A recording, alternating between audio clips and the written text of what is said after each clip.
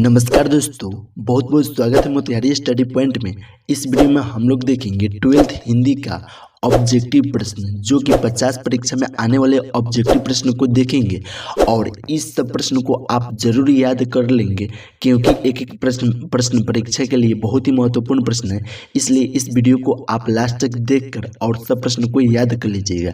तो चलिए हम लोग सीधे प्रश्न को देखते हैं। देखिए, 1 नंबर प्रश्न बहुत ही महत्वपूर्ण प्रश्न है। यह प्रश्न कर रहा है, मलिक मोहम्मद जायसी की कविता कौन सी है? तो ऑप्शन ए कर रहा है पुत्र वियोग। पुत्र वियोग इसलिए नहीं होगा क्योंकि सुभद्रा कुमारी चौहान की रचना है। ऑप्शन बी कर रहा है कड़बक, तो यही होगा, यानी कि मलिक मोहम्मद जायसी की कविता कौन सी है? तो कड़बक है, इसलिए ए का राइट आंसर बी होगा, कड़बक। चलिए 2 नंबर प्रश्न को देखते हैं। यह प्रश्न कर रहा है, बालकृष्ण भट्ट की माँ का नाम था। तो बालकृष्ण भट्ट की माँ का नाम पार्वती देवी था, इसलिए 2 का राइट आंसर बी होगा, पार्वती देवी। 3 नंबर प्रश्न बहुत ही महत्वपूर्ण प्रश्न है। यह प्रश्न कर रहा है, मंदिर कौन सी संज्ञा है? तो मंदिर जातिवाचक संज्ञा है, इसलिए 3 का राइट आंसर सी होगा। चलिए 4 नंबर प्रश्न को देखते हैं। इसमें हम लोग फास्ट में प्रश्न देखेंगे, क्योंकि बहुत कम समय बचा हुआ परीक्षा का, इसलिए बहुत जल्दी जल्दी प्रश्न को देखेंगे। 4 नंबर प्रश्न कर रहा है, गुलेरी जी ने किस पत्रिका का संपादन किया? तो आप याद रखिएगा, गुलेरी जी ने समालोचक पत्रिका का संपादन किए थे, इसलिए 4 का राइट आंसर डी होगा। चलिए 5 नंबर प्रश्न को देखते हैं। यह प्रश्न कर, चंद्रधर शर्मा गुलेरी की वृत्ति क्या थी? तो चंद्रधर शर्मा गुलेरी की वृत्ति अध्यापन थी, इसलिए 5 का राइट आंसर सी हो जाएगा, अध्यापन। 6 नंबर प्रश्न को देखते हैं। यह प्रश्न कर, प्रभावती जी किनकी पुत्री थी? तो प्रभावती जी जो थी ना, वह ब्रजकिशोर प्रसाद की थी। तो आप लोग याद रखिएगा, 6 का राइट आंसर ए हो जाएगा, ब्रजकिशोर प्रसाद। चलिए 7 नंबर प्रश्न को देखते हैं। यह प्रश्न कर, जयप्रकाश नारायण की प्रारंभिक शिक्षा कहाँ हुई थी? तो जयप्रकाश नारायण की प्रारंभिक शिक्षा घर पर ही हुआ था, इसलिए 7 का राइट आंसर ए होगा। 8 नंबर प्रश्न को देखते हैं। यह प्रश्न कर रहा है, दिनकर जी की कवि के साथ और क्या थे? यानी दिनकर जी कवि के साथ और क्या थे? तो गद्यकार एकांकीकार थे, इसलिए 8 का राइट आंसर सी हो जाएगा, गद्यकार एकांकीकार। अब 9 नंबर प्रश्न को देखेंगे। यह प्रश्न कर रहा है, रामधारी सिंह का उपनाम क्या था? तो आप लोग याद रखिएगा, रामधारी सिंह दिनकर का उपनाम दिनकर जी था, इसलिए 9 का राइट आंसर बी हो जाएगा। 10 नंबर प्रश्न को देखते हैं। यह प्रश्न कर रहा है, अज्ञेय जी हिंदी के अलावा किस भाषा के जानकार थे?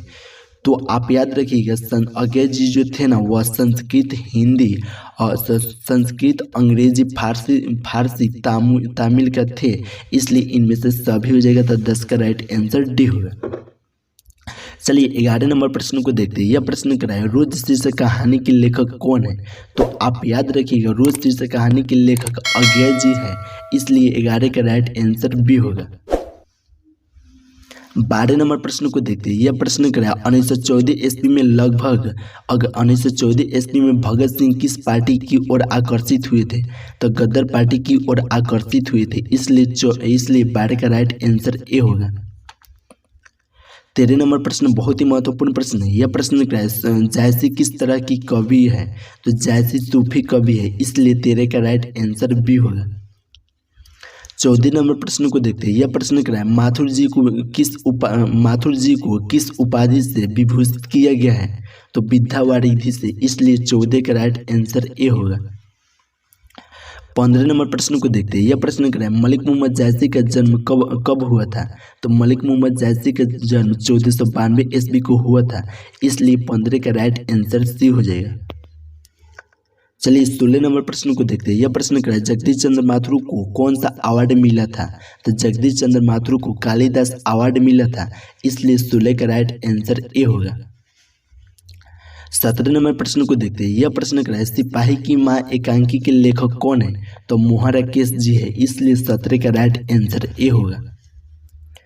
18 नंबर प्रश्न कर रहा है, बिस्नी किस एकांकी की पात्रा है? तो बिस्नी जो है वह सिपाही की माँ के एकांकी की पात्रा है, इसलिए 18 का राइट आंसर बी होगा।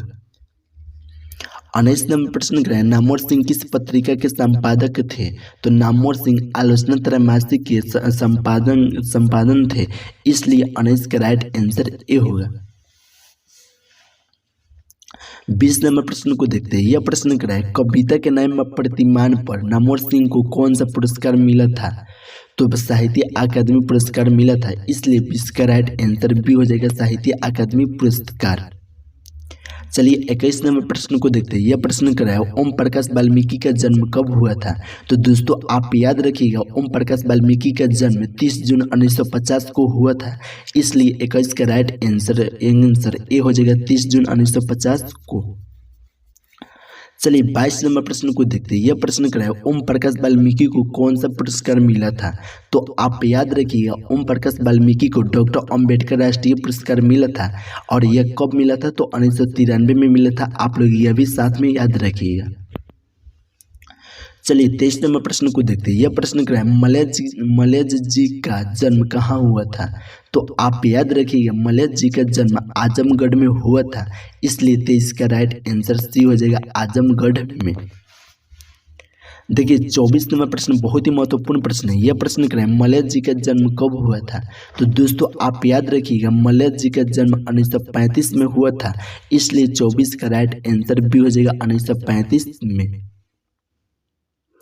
चलिए 25 नंबर प्रश्न को देखते हैं। यह प्रश्न कराए, यथाशक्ति में कौन सा समास है? ऑप्शन ए कराए क्रमधारय, ऑप्शन बी कराए द्विगु, ऑप्शन सी कराए अव्ययीभाव, ऑप्शन डी कराए बहुब्रीहि। तो अव्ययीभाव होगा, यानी कि यथाशक्ति में कौन सा समास है? तो अव्ययीभाव समास है, इसलिए 25 का राइट आंसर सी हो जाएगा।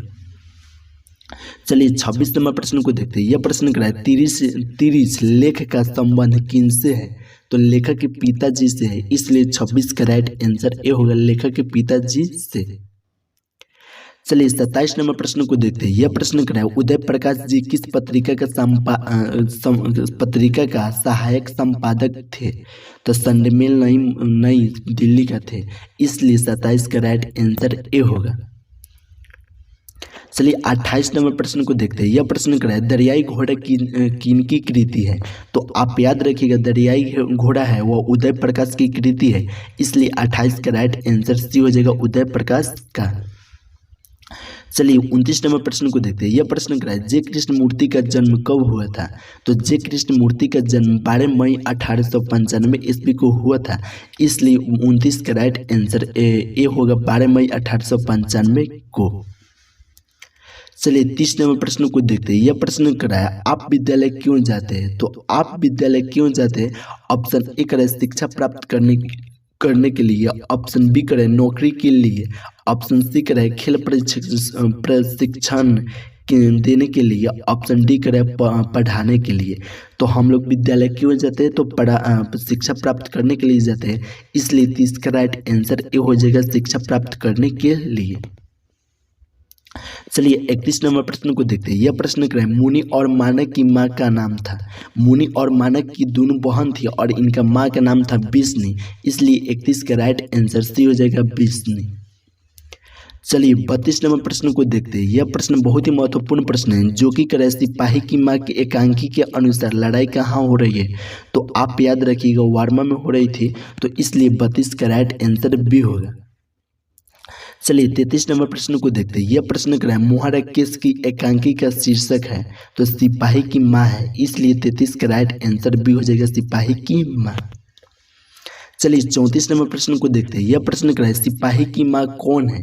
तो बिसंदेई जो है ना, वही है सिपाही की माँ, इसलिए 34 का राइट आंसर बी हो जाएगा, सिपाही की बिसंदेई। चलिए 35 नंबर प्रश्न को देखते हैं। यह प्रश्न कराए, सिपाही की माँ एकांकी में कुंती कौन है? तो कुंती जो है वह पड़ोसिन है, इसलिए 35 का राइट आंसर सी हो जाएगा, पड़ोसिन। चलिए 36 नंबर प्रश्न को देखते हैं। यह प्रश्न कराए, रोवेश क्या है? तो दोस्तों आप याद रखिएगा, रोवेश मोटे सूत की बुनी चादर है, इसलिए 36 का राइट आंसर सी हो जाएगा। चलिए 37 नंबर प्रश्न को देखते हैं। यह प्रश्न क्या है, परमात्मा आपको सुखी रखे, यह कथन किसका है? तो आगंतुक लड़की की है, जो कि वो क्या सिपाही की माँ पाठ में बोला था। यानी परमात्मा आपको सुखी रखे, जिस समय चावल दाल मांग रही थी उसी समय बोली थी। यानी परमात्मा आपको सुखी रखे, यह कथन किसका है? तो आगंतुक लड़की की है, इसलिए 37 का राइट आंसर ए होगा।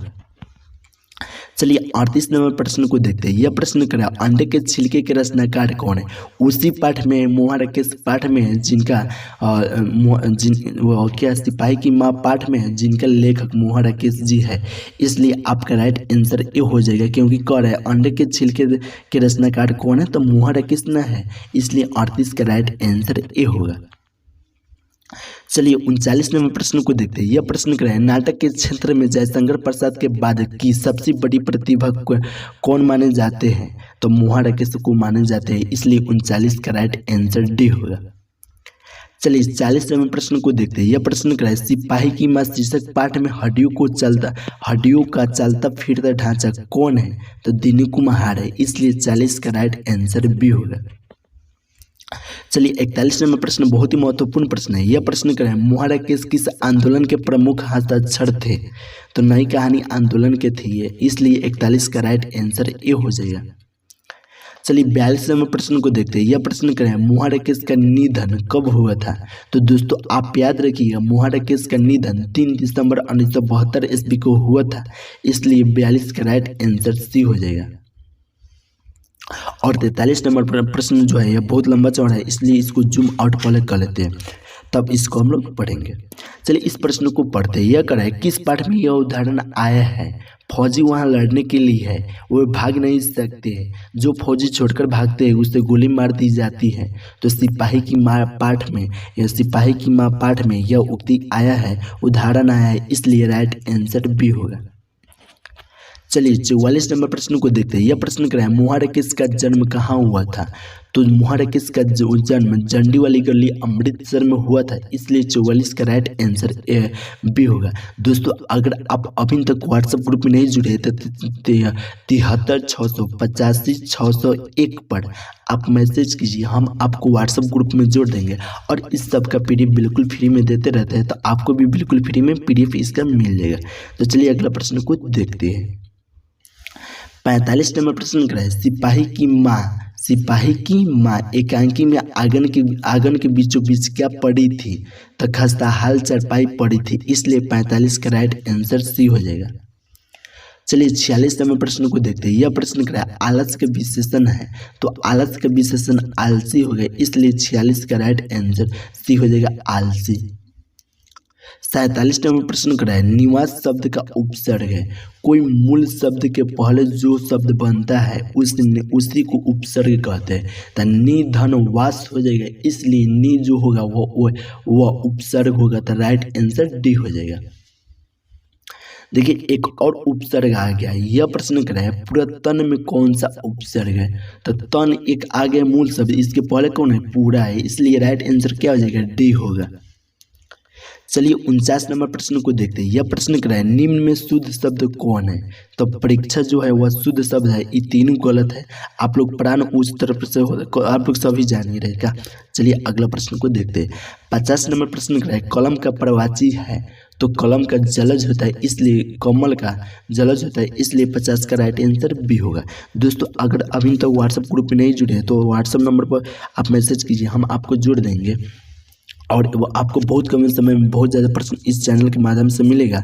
और कुछ दिन में सब सब्जेक्ट का वीडियो मिलते रहेगा। तो चलिए दोस्तों यहीं पे वीडियो समाप्त करते हैं। अगर वीडियो अच्छा लगा हो तो लाइक कमेंट शेयर जरूर कीजिए तथा चैनल को सब्सक्राइब कर लीजिए।